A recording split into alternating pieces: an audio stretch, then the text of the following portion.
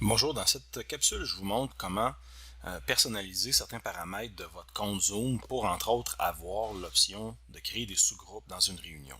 Alors, il faut accéder au site de Zoom, zoom.us. Ça ne se gère pas dans l'application. Il faut absolument aller dans la version en ligne, donc dans les paramètres en ligne.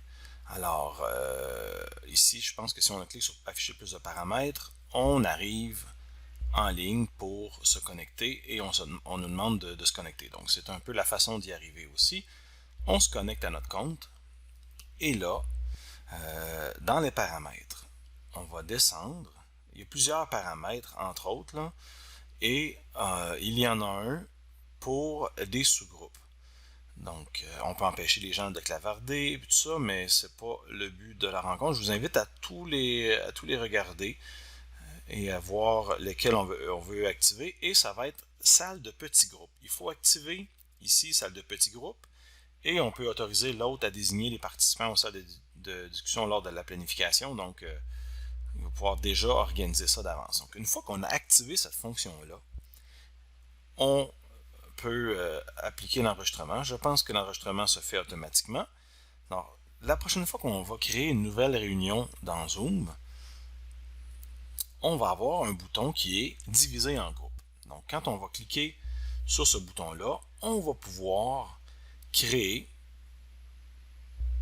un certain nombre de groupes.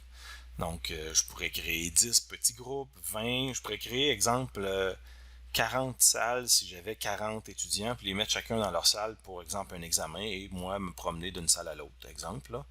Mais ça me permet de le faire manuellement ou automatiquement. Donc, automatiquement, les étudiants vont être divisés au hasard, et manuellement, on aura la possibilité d'affecter les gens. Donc, là, on peut renommer nos groupes, et on peut affecter en disant là quel participant ira dans quelle salle. Donc, c'est à explorer pour aller plus loin parce que présentement, je ne suis pas avec un groupe. C'est difficile de vous montrer exactement ce qui aura lieu, mais je pourrais démarrer les salles. En fait, on a certaines options aussi.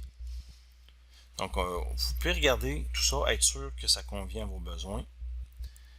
Et là, on va pouvoir diviser en groupes. Donc là, je n'ai pas d'étudiants, donc je ne peux pas commencer tout ça.